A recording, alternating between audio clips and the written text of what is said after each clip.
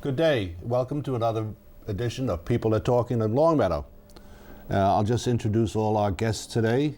On the panel we have Eleanor Stoller, Ellie Tyson, Winnie Hoffer, and the two people from Longmeadow. We have Carl Sturgis, the director of Storrs Library, and Karen Michelman from the Adult Center.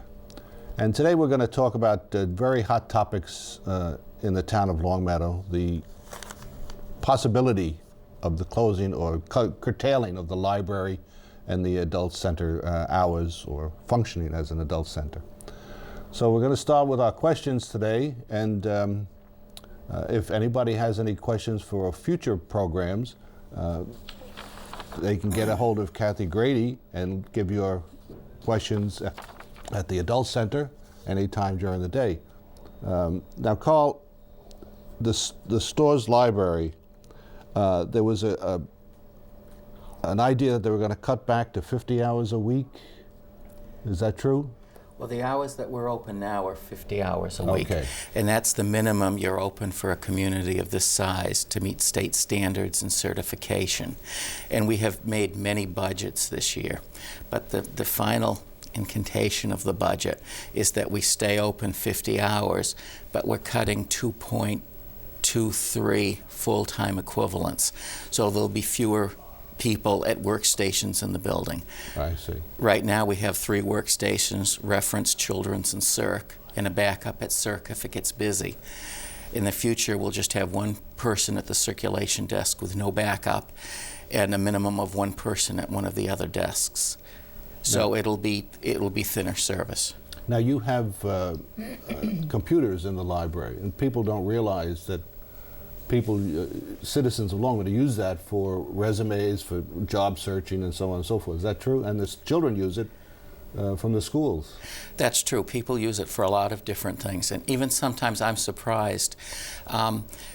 I remember there were advertisements on TV with Martha Coakley was saying this information is available through the Attorney General's office online. And I wrote her a letter and I said, please say that if you don't have a computer at home, which a lot of people don't, you can go to your public library. Oh. And we have them in Longmeadow. And people use them for everything from getting the information, because most government information is online. They use it for printing boarding passes. One lady came in the library and her granddaughter was on YouTube with a presentation, and the family put it on, but she didn't know how to get it. Right. So we had a staff person show her how to do it. So she's an enthusiastic library supporter. Now, both of you receive state money, state grants, etc. What do you get state money for, Karen? Well, we receive a base of about $130,000 on the town side, but we also receive federal and state grants. We receive a grant to support the Longmeadow Nutrition Program in the amount of about $17,000, and we receive what's called formula grant money, which is state funds, which help supplement the salaries of the staff at the senior center. And what were the town people going to do to the adult center? Were they going to close the whole functioning adult center? Well, because of the tight financial situation that the town is under, all departments were asked to make reductions to their budget. We made 3 proposals, and one of those proposals, the last proposal we made, which wasn't our first choice obviously, was to close the center Friday afternoons, which would have reduced the staffing hours for all the staff.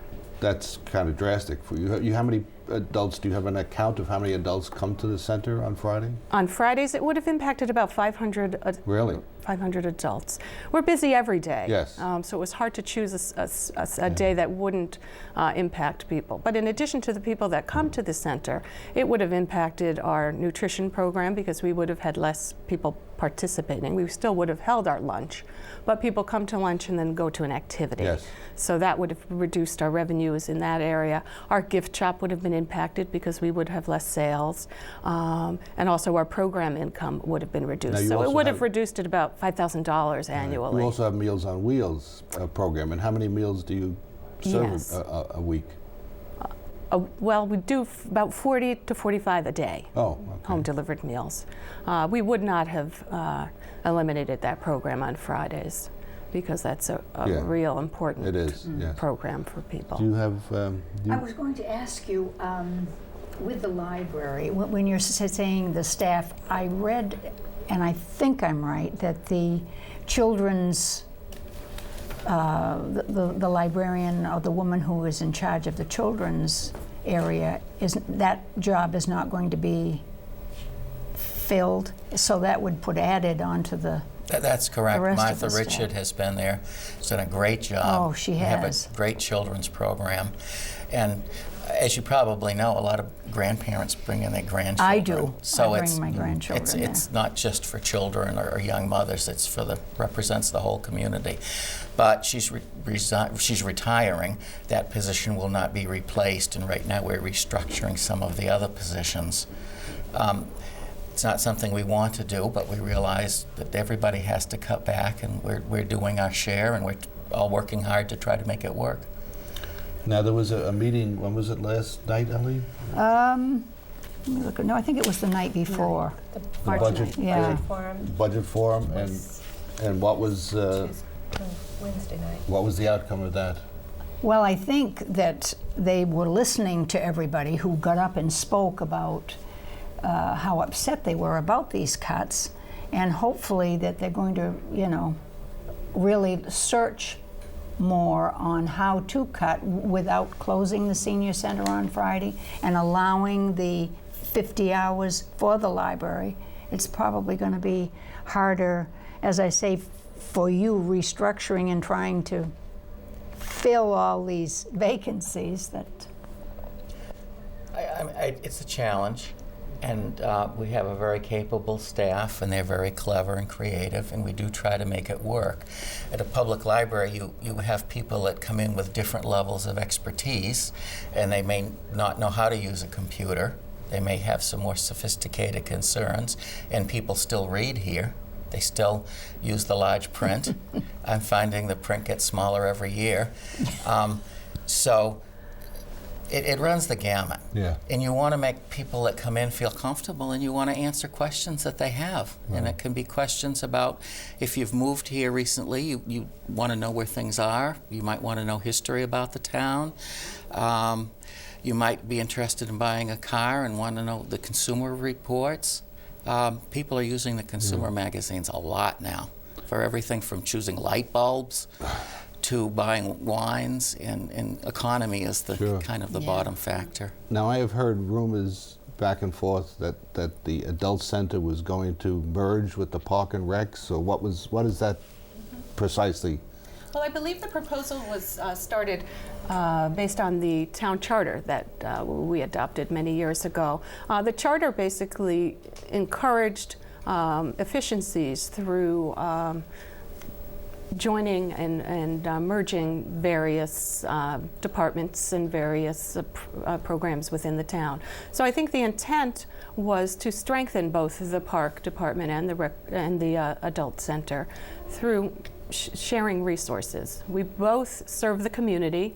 It may be different populations, but our purpose and our mission is very similar. So I think the intent was initially to help strengthen both departments because we're very small. Eleanor had a question, I believe, about the monies. What would happen to the monies at the adult center? The FLOCA money? Right. Yeah, the FLOCA money, what would, if it got, but that hasn't come about. But they are sharing, which is it working. You're sharing with the van, I understand, well. Right.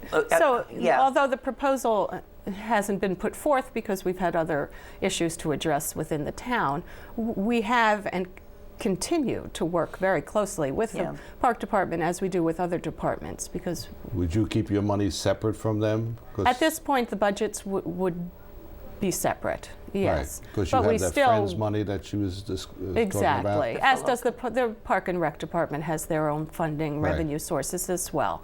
So the intent wasn't to merge the finances at this point. Perhaps down the road, once the boards met and discussed if we felt it was beneficial, then that could be a direction that we took. But at this point, it was just trying to make more efficiencies. There was also some talk, you had a beautiful patio built, and who paid for that? That was paid with Community Preservation Act funds. Okay, so it was no funds out of your pocket, out of the adult center, No. nor the town, really. No. No, it's just. And it has really brightened up the center. It really has given us an opportunity to have an area for social gatherings. That side of the building had kind of become a place of vandalism. So I now see. that it's brightened up and more well lit and just more appealing, it's less apt to be vandalized. So it's just it was a good choice to make. Karen, can you tell us something about FLOCA? Is it part of the Council on Aging? How does it run? And Sure. Well, as I had mentioned, the adult center has a very small budget within the town, and we have a lot of operating expenses. And the Friends were established when the adult center came into being to help support the senior center and to supplement the programs and augment the services that we offer. So the Friends basically are a fundraising entity for the entire town, but they specifically focus their funds are directed to the senior center and the services that the senior center provides. Can you tell us what they have purchased that made a difference? Oh, they have made some major purchases. Most recently, they purchased a walk-in freezer for our nutrition program. We had some rickety old chest freezers that really just weren't very efficient energy-wise nor storage-wise. So they purchased that. They've purchased widescreen television for us, kitchen equipment, commercial refrigerators, air conditioners, carpeting for Greenwood, and painting the building. They really have been good friends to the town. Now, if the budget cuts go through, you'd have to lose how many positions at the adult center? I am the only full-time person. You're the only full-time? I'm the only full-time person. Everyone else at the center is part-time. Part-time. So it sounds like a small reduction, but it has a major impact. It was Right. 0.25 FTEs would have been the total reduction if we closed on Fridays. So you wouldn't have any program director and so on, that type of position? It would be was, gone? we just decided to, rather than eliminate one position, everyone's hours would have been reduced. I see. So it would have impacted the time that we would have had available to Right. put new programming in place, but also our social workers' hours would have been reduced, the volunteer coordinators, and my hours would have been reduced as well. So it would have had an impact on all the programs that we offer. Now, when you do improvements at the center, is that money coming out of your FLOCA money? A portion of it is. Portion of it does? Yes, the town has put in some building maintenance as well, but the Friends have helped support that. And what is your drastically. budget at the library from the town? Most of it, about 90% is probably from the town of Longmeadow, and the other portion is made up of state aid monies. Now it's been about $22,000 a year. Now it's down to about 15, but the state has committed to the 15 because they think libraries are important. Well, that's nice of them to think that. It is, but these are really tough times, and Yes. it's very competitive to get the resources. There's also a board of directors and private funds. The fines and lost book money goes to buy books, materials, and the private board paid for painting the Betty Ann Lowe room in December, freshened it up. It hadn't been painted since 1991. So they paid for that privately, and they're going to pay for some more stone windows on the building. And we've used all the state aid funds to purchase all the PCs, all the printers, and all the furnishings relating to those kinds of things. Well, you bring up a good point. If your state aid was cut, then the people around here are talking, well, how are they going to pay for a new high school? If they're going to cut your budget and your grant money. Well, exactly, and our business is growing. Right. So we get more people. Circulation is growing. People that use the library, it's growing. And the idea that everybody in Longmeadow has a PC is not correct. Right. Some people don't. Some people need some guidance using it. Some people have a PC at home and they can do email on it. But if they want to do pictures and things like that, they don't have enough power in the PC. That's a question we get a lot because families live all over the country. Someone's got some pictures in their email, but they can't open it, so they need help doing That that. would be me. You send her an email, Trying to open. and she doesn't open it for 6 months. So, Well, yeah, and then of course your email can get all filled up. And then, It's true. but Very true. people, and even the YouTube things, and people are sending films now of their families. And one reason why we rely on the state aid is because you have to upgrade the equipment. And if you don't upgrade the equipment, you can't benefit of all the new things that are available for people. Well, we use the library, just a personal note, we use the library to get the books when we go on trips. We put the CDs in the car, we listen to whatever books we have, to go down. And I must say, every once in a while you get so enraptured you forget where you're driving because you're listening to the book. We have come home from the Cape and sat in our driveway. Yes. And when our kids were home, they'd say, "You can come in now. Right. We'll be in a minute." But you're also, you sound very educated when you're out in the community and you've heard this and you've been driving all weekend. But you've learned something while you're using I know my your time. son-in-law takes his children almost every Monday to listen, to get books out of the library, teach them how to use the books, and sometimes they forget to bring them back. But that's that's their problem. Well, there was a woman in yesterday who went out with a pile of books, children's books, literally this thick, and she said, "My grandchildren are coming to visit, and I think it's going to be pouring over the weekend, so I'm ready for them." That's true. I have a question for Karen. How many volunteers volunteer at the Senior Center, and what impact do the volunteers have on your running your operations? Great question. As I've said many times, our budget is very small, so we do rely on our friends group to help support us financially, but we rely on our volunteers to run a wide variety of programs. We have over 250 volunteers at the Adult Center now who contribute about almost 18,000 hours a year. Which, if you converted that to manpower dollars, it is about $180,000 in manpower hours. We would not be able to offer a majority of the programs that we offer without the support of volunteers. And I'm not just saying that, it is a fact. Our Meals on Wheels program, all our meals are delivered by volunteers every day. We have 2 routes that go out, and there's about 40 Meals on Wheels drivers that help us on a daily basis. They help prepare the meals, they help serve the meals. Our program budget is 0, so we have volunteers who teach classes at the center on a daily basis. So it's very, very, very broad. I heard you have a delicious, good chef in the center. It's a prize-winning chef that prepares your meals. Yes, we now, do. Do you have a synopsis of just some of the programs that are available at the Adult Center? We try and offer a wide variety of programs because the community's interests are very varied. We have educational programs, Italian, French, German classes at the center. We at one time had Japanese. We also have computer classes, depending upon the needs and the interests. We have a wide variety of fitness opportunities, chair yoga, chair exercise, but we also have a strength training class run by the Y. So depending upon what your abilities are, interests are. I heard one of our local celebrities, Jerry Nolet, is going to talk about his bee collection. He raises bees in his backyard in Longmeadow. Yes, we have people in Longmeadow have so many interests and are so varied. It's exciting when they come to the center. Yes, he'll be here. So it would be a great loss if anything was cut from the Adult Center and the Storrs Library. These are 2 mainstays of the town. Yeah.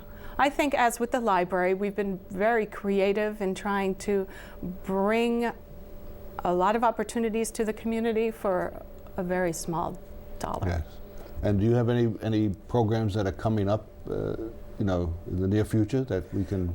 Well, one of the programs, a computer program that the Friends purchased for us, was an ancestry database, and you could go through the database and find your relatives. Is that just in the Pioneer Valley, Connecticut Valley area? The world, basically. Oh, world. Oh, great. Basically, anything that's in the database, and more family information is in databases. And you can see the migrations of people, where they came from. A lot of it was recorded, and you can find things. So we had 2 programs with that. The Jewish Geriatric Services has given us grants for intergenerational programming and also purchasing intergenerational titles. So it might be a grandparent and a child, uncle, nephew, and we've had programs when people come in for the youngsters. And They may have an aunt bring them, or they may have a grandparent bring them, and those kinds of things. Also programs on how to use the computers, how to manage your own accounts, and things like that, to help people to do those kinds of things. Now, I think that in the budget synopsis in the paper, they were going to cut it back from 15 to 10%, is that correct? Cutbacks? And then, Eleanor, you heard something? I heard 5%. Let's yeah. hope it's 5. Yeah. It's better. Yeah. I have questions too. People at home too are having a hard time managing money. You know, people that are retired. Do you have the newspapers there? A lot of people say, well, the first thing I have to give up is my newspaper because it does cost a couple $100 a year. Do you have newspapers at the library? We have the newspapers at 10 o'clock in the morning when we open. People come in, Wall Street Journal, Barron's, local newspaper, Wow. Boston Globe, New York Times. People are reading them, getting information. A lot of people are well-traveled here. They might read the travel section in the Sunday New York Times. But you can also see those things online. And if you go into the databases, you can do a subject search. So, for instance, when my daughter moved to Manhattan and was renting in a building, I could do a subject search on that building to find out. Check it out, huh? if I thought it was okay.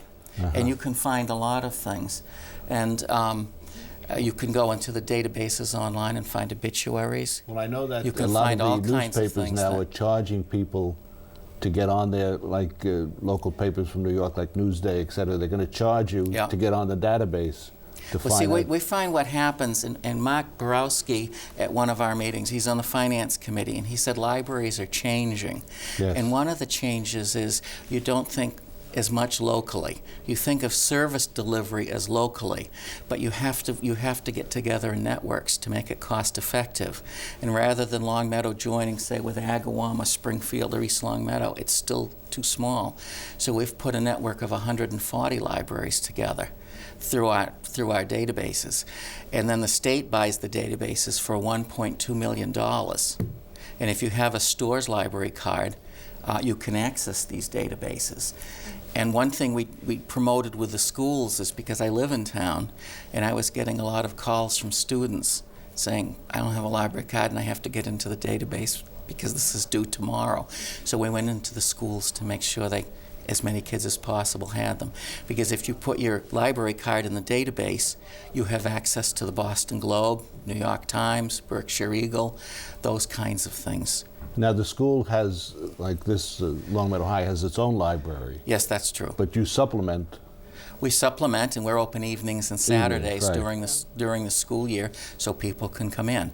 We also have wireless, so now when a lot of people come in, because of my age, I remember doing a paper with 3x5 cards. Now they come in with a laptop, and they have wireless. And even sometimes I'll see people, if I work on weekends, I'll look out the window and there's someone sitting on the steps with a laptop, and they're doing work. And maybe they have a small business, or it can be a number of things, but they're working all the time. Now, when you hire people, do they have to have a degree in library science? The professional staff has a degree in library science, and we're also looking for skills in technology, because when the systems go down, we're kind of at first base to deal with the problem. I see. And it seems like any problem we ever deal with never comes up again, but the next program is different and new. And you have volunteers as well. Yes, we do have volunteers, and because of the hours and cuts, we'll be looking for more volunteers. Our pages shelve the books. We have 41 hours of paging. It's going to 16 hours. But circulation will keep increasing. And we find we want to get the materials processed quickly because it gives you more access to things. We don't want to have it waiting for a day or two. Mm-hmm. How many volunteers do you have at this time? I think we've had about 25 individuals, and I think it translates into thousands of hours, but we're going to have to get more. And we're streamlining everything we do. You can pay for fines and lost books with a credit card now online. That makes it easier if you're at home. That's something. oh, Because people don't have cash anymore in their pocket. we but can people have a return credit. those books now, right? Well, someone said to me, I love the service. You get a notice if you have an email account. We've also been promoting that. If you have an email account, you get a notice 2 days before something is due. So our income may go down, but your income may go up. That's right. Because right. you'll return the things. And of course, you can renew them online too. Now, you just had a whole new turnover in your wellness section group, right? Yes, You- yes. Part of the charter, once again, talking about efficiencies and transitions. The senior center nurse is now a community health nurse. I see. So she works for Beverly Hershon. Yes, it's under. She is now under the Department of Public Health. I see. Historically, the senior center nurse had always been involved in supporting the efforts of the Department of Public Health, but the demands on that department have increased tremendously over the past several years, regulations, et cetera. So it seemed like a natural fit for that position to transition. Is that the reason it transitioned over to Beverly's group? It was the town didn't say, well, she has to go over to that. No, it was a discussion that Was was it? made between Okay. the town manager, myself, and the Board of Health director. We felt Okay. it was just a good fit And for the who position. now has that position? Her name is Patricia Barkman. She started, it's been maybe back in January. Is she an RN? She is. Okay. Now, And does she's still housed at the senior center, still available to the senior center and to the community, as was previously. she goes out and gives. She can go out and give injections to To homebound homebound residents, people? yes, she'll check blood pressures for homebound residents, and if people want to come in and talk with her about options, health, if they have any specific health questions, if they just give a call and make an appointment, she's very readily available for that. I don't think people really know that she does all that type of work. Yes. You know. Also offers clinics during the year, wellness clinics. We have a weekly blood pressure screening for people. We do glucose screenings, hearing screenings, cholesterol me? screenings. My wife says From head to toe. I have selective hearing. I don't know if we can help you with that. I think that's true with all of us. I know. Karen, tell us about, we have a social worker also that Yes. I understand is very helpful to people. Yes, Linda Kalina is our social worker. She's been with us for many, many years. She will go out into the community, visit with family and residents, and primarily her focus or her mission is to help people remain independent in the community as long as possible, whether that's helping them get assistance in the home through home health agencies, Meals on Wheels, helping people with fuel assistance applications. Not only does she focus on seniors for that, but we also do the fuel assistance applications and food stamp applications for the entire town. So if anybody is struggling in that area, we encourage them to And call you the have center. a food bank now, I understand, too? Yes, yes. We started a food pantry back in October. People say, why does Longmeadow need a food pantry? Well, I can just say we have had, since October, 30 different families come to the pantry, and we see that need increasing. I think people have a misconception that everybody in Longmeadow is independently wealthy, and they're really not. No. I mean, there's a lot of seniors who are just making ends meet. And also families. And families, that's The correct. unemployment A rate lot in of Longmeadow unemployment, is, yes. 8-9%, I believe, which Now, do is people quite a- bring things in? Yes, wondered yes. how There, that, we were when we first opened. We had many food drives, and we were overwhelmed, actually, pleased with the food that we received. So in that end, we're doing very well. We also received donations, financial donations, so we've been able to go out and purchase things that we see people really need. For instance, toothpaste, laundry detergent, paper towels. Expensive items. The Yeah. expensive items. We got a lot of donations of canned goods, which was fabulous. But the people really need those How expensive often is that toiletry. open? I mean, does that, It's Any- open on Tuesdays at the senior center from 10 to noon. If someone is unable to come during that time, we ask that they call ahead, and we would make special arrangements, and then we would also deliver if the person was unable to come to the center. We've all discussed amongst ourselves, the panel, that there's a lot of seniors who really need assistance, and the town may be ignoring their needs, you know, they keep raising the assessments and the taxes and so on and so forth. So I hope people who are watching this show understand that we're here to answer your questions. And if you have, maybe this is for future shows where we can discuss, you know, the plight of the seniors in Longmeadow. And so we're going to wrap up this part of the show, and we thank our guests, Carl Sturgis and Thank you. Karen Michaelman, to be guests today. And hopefully we'll come back in maybe another segment. We'll discuss, I know it's dear to Eleanor's heart, about the seniors. Always. Right. I mean, we've lost a lot of seniors leaving the town because they just can't afford to live in Longmeadow anymore. Yeah. And hopefully we'll discuss that in our next People Are Talking segment.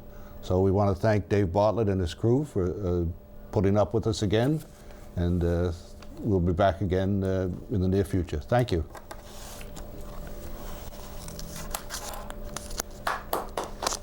Okay. Thank you.